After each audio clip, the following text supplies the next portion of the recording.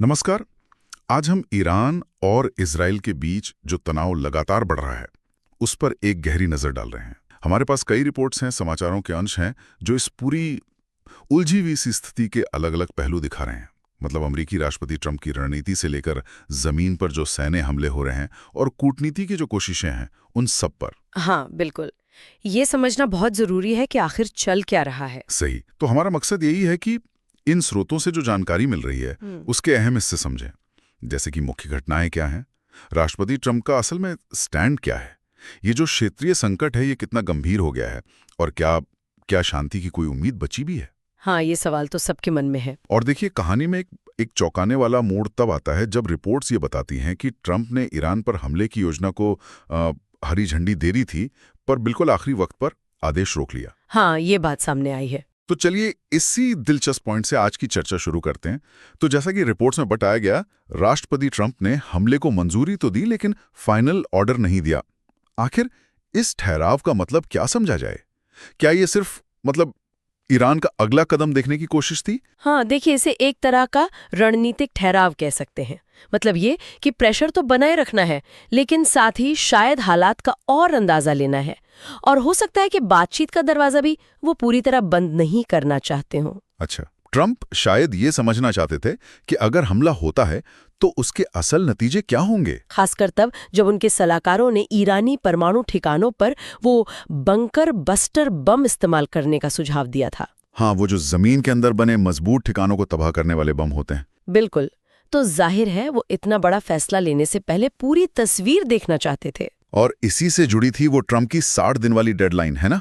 60 दिन में मान जाओ वरना कुछ ऐसा ही था। हाँ हाँ, वो अल्टीमेटम इसी प्रेशर टैक्टिक्स का हिस्सा था।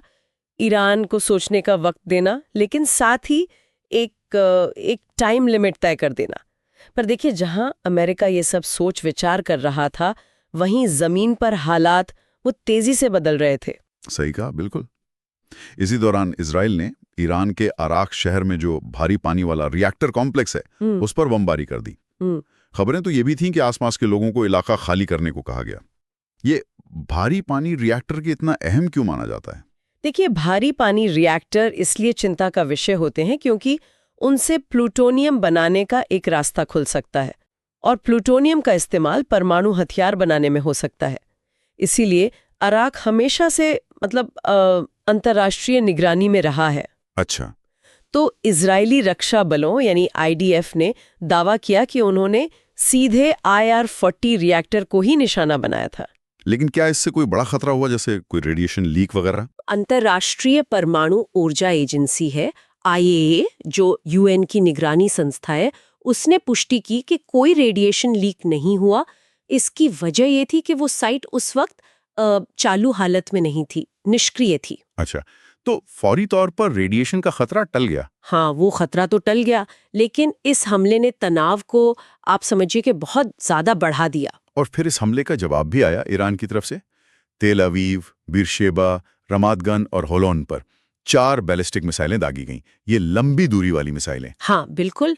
और इसमें जो सबसे ज्यादा चिंता की बात थी वो ये कि एक मिसाइल बीरशेबा के सोरोका मेडिकल सेंटर पर गिरी, मतलब एक अस्पताल पर। एक अस्पताल पर? ये तो हाँ, इससे न सिर्फ भारी माली नुकसान हुआ बल्कि कई लोग घायल भी हुए, और जाहिर है अस्पताल में अफरा तफरी मच गई। किसी अस्पताल को निशाना बनाना तो युद्ध के नियमों का भी उल्लंघन है। ये दिखाता है कि हालात कितने कितने बिगड़ चुके हैं। और इन हमलों में जानमाल का नुकसान वो भी तो हुआ है।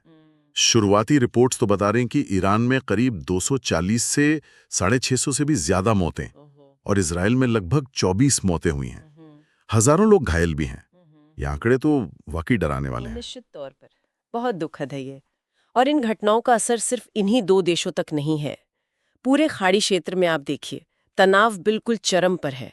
अमेरिका ने उस इलाके में अपनी सैन्य मौजूदगी बढ़ा दी है, नए रडार सिस्टम लगाए हैं, मिसाइल टैंकर भेजे हैं, और यहाँ तक कि एक एयरक्राफ्ट कैरियर भी तैनात कर दिया है। Aircraft carrier? हाँ, बाप रे। हाँ। तो ये जो बढ़ी हुई फौजी ताकत है, ये अपने आप में एक खतरनाक सिग्नल है। इससे किसी गलतफहमी का या किसी छोटी घटना के बड़े टकराव में बदलने का खतरा वो बहुत बढ़ गया है। इस बढ़ते तनाव और सैन्य जमावड़े के बीच क्या कूटनीति के लिए, डिप्लोमेसी के लिए कोई जगह बची है? क्या पर्दे के पीछे कुछ चल रहा है? कोशिशें तो हो रही हैं, ऐसी रिपोर्ट्स हैं।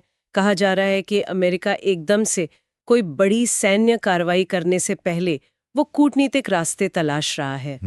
ऐसी भी खबरें हैं कि ईरान शायद बातचीत के लिए तैयार हो सकता है, लेकिन उनकी शर्त है कि अमेरिका उनके परमाणु कार्यक्रम पर अपना रुख साफ करे। अच्छा, और बाकी दुनिया, बाकी देश क्या कह रहे हैं? देखिए, अंतर्राष्ट्रीय स्तर पर चिंता तो साफ दिख रही है। रूस है, चीन है, कई यूरोपीय देश हैं।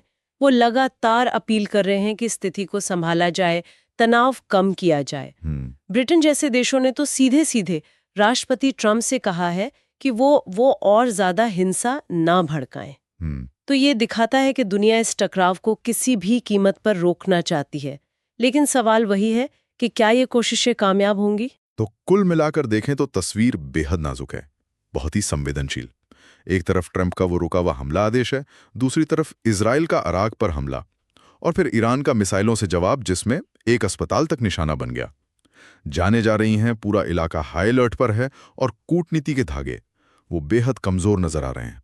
बिल्कुल। और यहीं पर एक सोचने वाली बात ये उभरती है, इस अनिश्चितता भरे माहौल में जहां ट्रंप का फैसला अभी भी लटका हुआ है और जमीन पर हमले जारी हैं, वो कौन सी एक चिंगारी हो सकती है? कोई एक घटना या कोई एक बयान जो या तो स्थिति को पूरी तरह से मतलब युद्ध की आग में झोंक दे, या फिर कौन जाने शायद किसी अप्रत्याशित कूटनीतिक समझौते का दरवाजा खोल दे।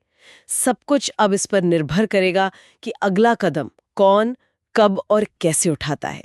ये देखना होगा।